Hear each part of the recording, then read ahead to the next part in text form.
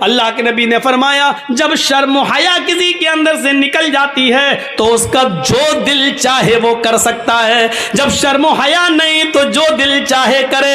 اب اس کے اوپر کوئی چیز نہیں رہ گئی، جب شرم و حیا ہی نہیں رہی، اللہ کے نبی چیخ کر کہتے ہیں ان اول ما یرفع عن حاذل امتی الحیاء والامانۃ، ہماری امت سے سب سے پہلے جو چیز اٹھائی جائے گی وہ حیا ہے، شرم میں سب سے پہلے یہ دور کر دی جائے گی۔ آج شرم و حیا بک چکی ہے، نیلام ہو چکی ہے، شرم و حیا نام کی کوئی چیز نہیں رہ گئی ہے، شرم و حیا نام کی کوئی چیز آج باقی نہیں رہ گئی ہے۔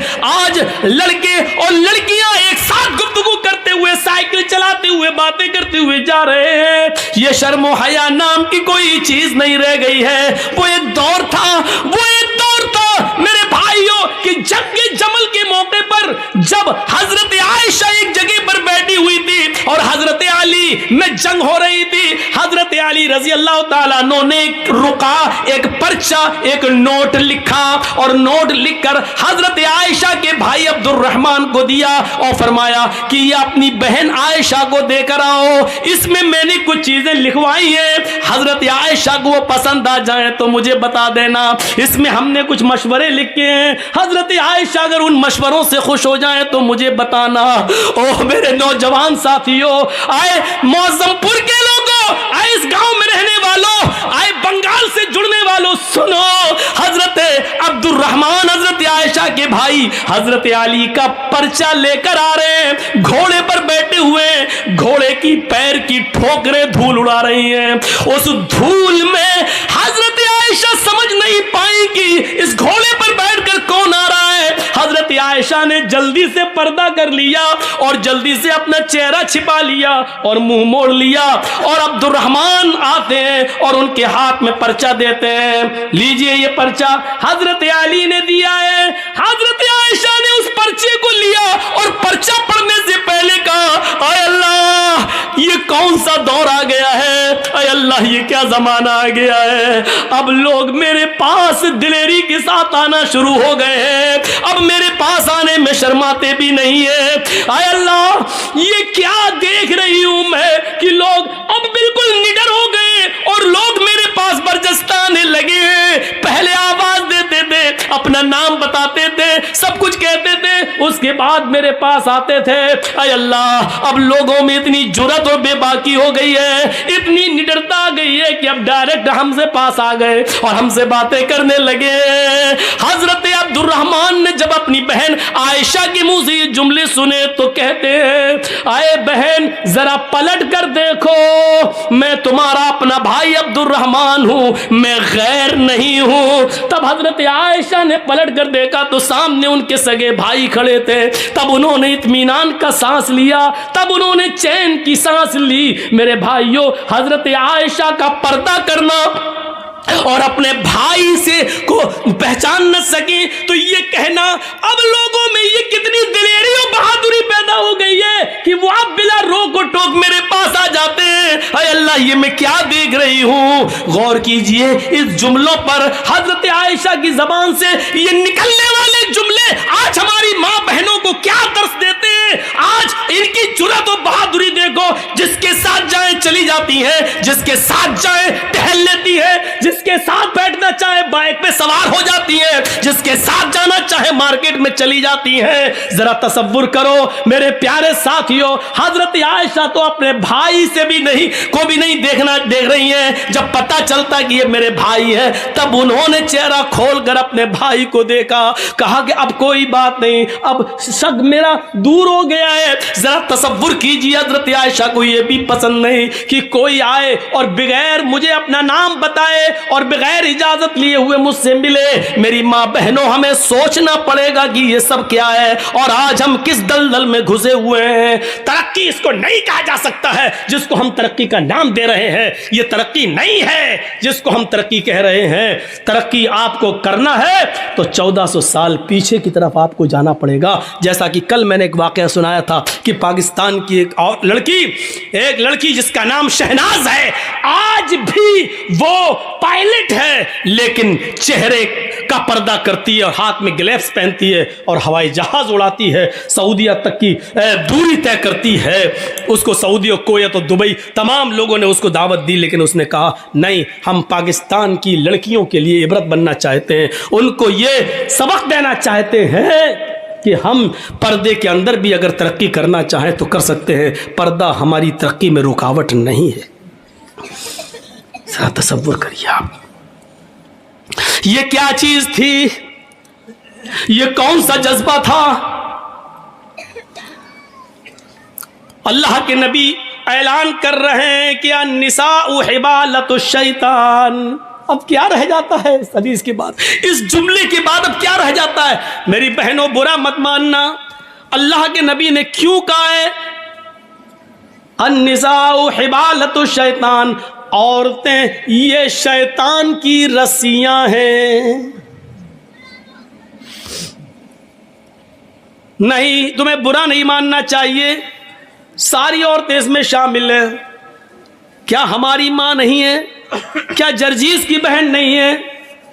کیا جرجیز کی ماں نہیں ہے؟ عورتوں میں تو وہ بھی شامل ہے. تو پھر یہ کیوں سمجھتی ہو کہ میں تمہیں کہہ رہا ہوں شیطان کی رسی؟ جہاں اللہ کے نبی صلی اللہ علیہ وسلم نے تمہیں شیطان کی رسی کہا ہے, وہاں یہ بھی فرمایا ہے کہ ان الدنیا کلھا متاع وخیر متاع الدنیا المرأۃ الصالحہ. دنیا ساری کی ساری فائدہ حاصل کرنے کی چیز ہے, اور سب سے بہترین پونجی, سب سے بہترین فائدہ حاصل کرنے کی چیز جس سے فائدہ اٹھایا جائے وہ نیک عورت ہے. غور کرو, یہ بھی کہا جہاں شیطان کا جال کا ہے, شیطان کی رسی کا ہے, وہاں دنیا کی سب سے محبوب چیز بھی تمہیں بتایا ہے. اب دونوں کے فرق کو سمجھو. کیا کہا ہے؟ النساء حبالۃ الشیطان لیصید بها الرجال, لیصید بها الرجال. شیطان کی رسیاں ہیں یہ عورتیں, اور شیطان اسی جال کو ڈال کر, اسی رسی کو ڈال کر مردوں کا شکار کرتا ہے. شیطان جب کسی آدمی کو پھانستا ہے تو اسی شکار کا استعمال کرتا ہے, اسی جال کو پھینکتا ہے, اسی کو خوبصورت بنا کر مردوں کے سامنے پیش کرتا ہے. یہ چیز چیخ چیخ کر اللہ کے نبی نے کہا ہے, اسی کے ذریعے وہ بہکانے کی کوشش کرتا ہے. اور نہیں مانتے ہو تو سنو, بیت المقدس فتح ہو چکا ہے. مسلمانوں نے بیت المقدس کو دیکھنے کے لیے حضرت عمر فاروق کے پاس خبر بھیجی ہے, امیر المومنین بیت المقدس ہم نے فتح کر لیا ہے, آپ آئیے اور آپ 2 رکعت نماز اس میں پڑھا دیجئے تاکہ ہم آپ کے پیچھے نماز پڑھ لیں. بیت المقدس آئیے. حضرت عمر مدینے سے بیت المقدس کی طرف سفر کر رہے ہیں, بیت المقدس کی طرف چل رہے ہیں, بیت المقدس کی طرف جا رہے ہیں, بیت المقدس کی طرف جا رہے ہیں. راستے میں یہودیوں کی بستی پڑتی ہے, عیسائیوں کی بستی پڑتی ہے. راستے میں یہودی بھی ہیں, عیسائی بھی ہیں, ان کی بستی پڑی ہوئی ہے. ان یہودیوں نے اور عیسائیوں نے اپنی اپنی لڑکیوں کو نیم برہنہ, آدھی ننگی لڑکیوں کو اپنے گھروں کی چھتوں پر کھڑا کر دیا ہے, اور یہ کہہ رکھا ہے کہ دیکھو اگر عمر کا کوئی بھی ساتھی تم میں سے کسی کو آواز دے یا اشارے سے بلائے تو تم میں سے کوئی بھی منع نہ کرے, جس کو بلائے وہ اس کے ساتھ چلی جائے. اگر عمر کے کسی ایک آدمی نے تمہارے ساتھ منہ کالا کر لیا, عمر کے کسی ایک ساتھی نے اگر تمہارے ساتھ زنا کر لیا, عمر کے کسی ایک ساتھی نے بھی اگر تمہارے ساتھ جسمانی تعلق قائم کر لیا تو ہم کامیاب ہو جائیں گے. اپنے مقصد میں یہودیوں نے اور عیسائیوں نے اپنی لڑکیوں کو نیم برہنہ اپنے گھروں کی چھتوں پر کھڑا کر دیا. غور کرو, یعنی شیطان نے اپنا جال بچھا دیا صحابہ کو بدنام کرنے کے لیے, صحابہ کو برباد کرنے کے لیے, صحابہ کے ایمان کو جھنجھوڑنے کے لیے, صحابہ کے ایمان کو ختم کرنے کے لیے.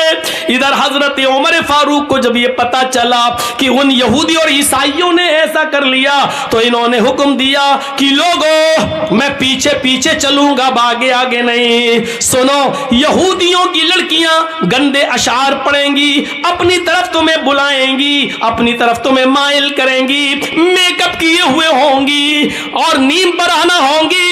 آئے میرے ساتھیوں, تم لوگوں نے ایک لمبی جنگ لڑی ہے, کئی مہینوں سے تم اپنے گھر میں ہی گئے ہو سکتا ہے کہ تم میں سے کسی کو اپنی بیوی کی یاد آ رہی ہو, کیونکہ کئی مہینے تم جنگوں میں رہے ہو اور اپنے بال بچوں سے, اپنی بیوی بچوں سے تم ملے نہیں ہو. اس لیے ہو سکتا ہے تھوڑی دیر کے لیے تمہاری نظریں ان یہودی لڑکیوں پر ٹک جائیں, ان عیسائی لڑکیوں پر ٹک جائیں, اور یہ بھی ہو سکتا ہے کہ نظروں سے نظریں ملیں اور یہ تیر نظروں کے راستے سے دل کے اندر پیوست ہو جائے. کہیں ایسا نہ ہو کہ پھر تم میں سے کوئی غلط کام کر بیٹھے. میں ننگی تلوار لے کر باہر پیچھے پیچھے چلوں گا, اگر تم میں سے کسی ایک کی نظر یہودی کی لڑکی پر اور عیسائیوں کی لڑکی پر پڑے گی تو میری تلوار اس کی گردن کی اوپر چلے گی. تمہارے قرآن کا حکم ہے قل للمؤمنات یغضضن من ابصارهن ويحفظن فروجهن ولا يبدين زينتهن, کہ تم جب بھی بازاروں میں یا کہیں چلو تو اپنی نگاہیں نیچی کر کے چلو. یہ عورتوں کا حکم ہے تو تمہیں بھی حکم ہے قل للمؤمنین یغضوا من ابصارهم. آئے محمد کے ساتھیو, تم بھی نگاہیں نیچی کر کے چلو. تمہیں بھی حکم ہے اپنی نگاہیں نیچی رکھنا اور قرآن کی آیت پڑھتے ہوئے نکل جانا, کوئی کسی کی طرف نظر اٹھا کر نہیں دیکھے گا. حضرت عمر نے جب یہ خطبہ دیا, سارے صحابہ نے اپنے دل کی گہرائیوں میں پیوست کر لیا اور چلنے لگے.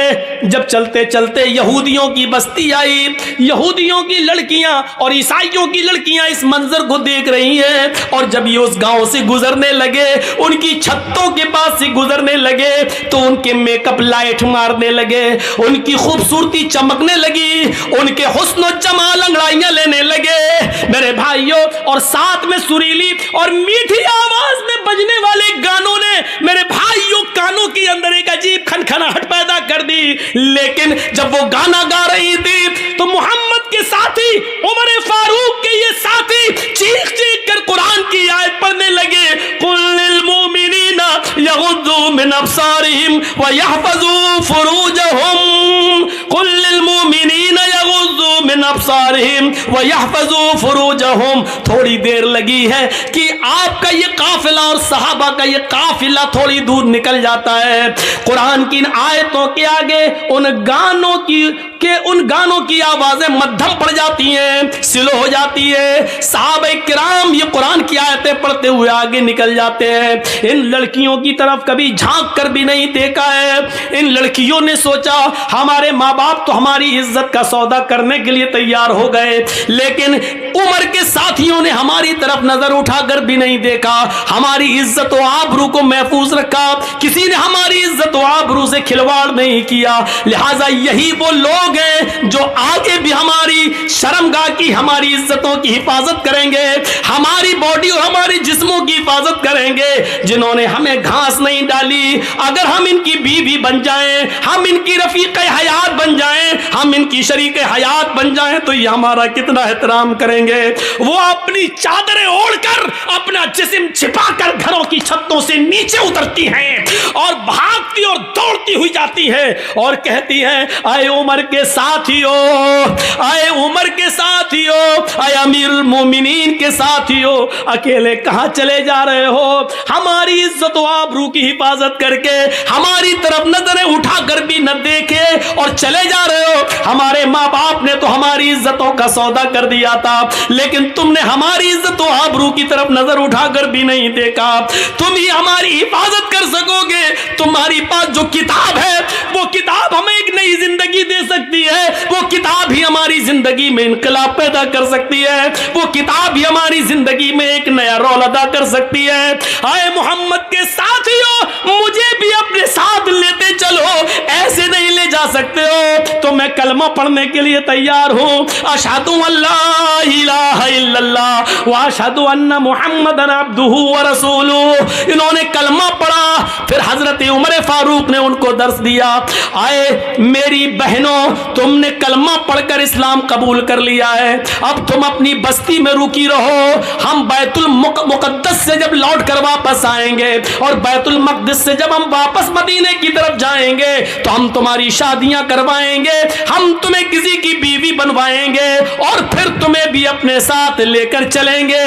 ہاں ہاں، اسلام ہی تمہاری حفاظت کرے گا، اسلام ہی کے اندر تمہیں سکون ملے گا، اسلام ہی تمہیں عزت کی زندگی دے گا۔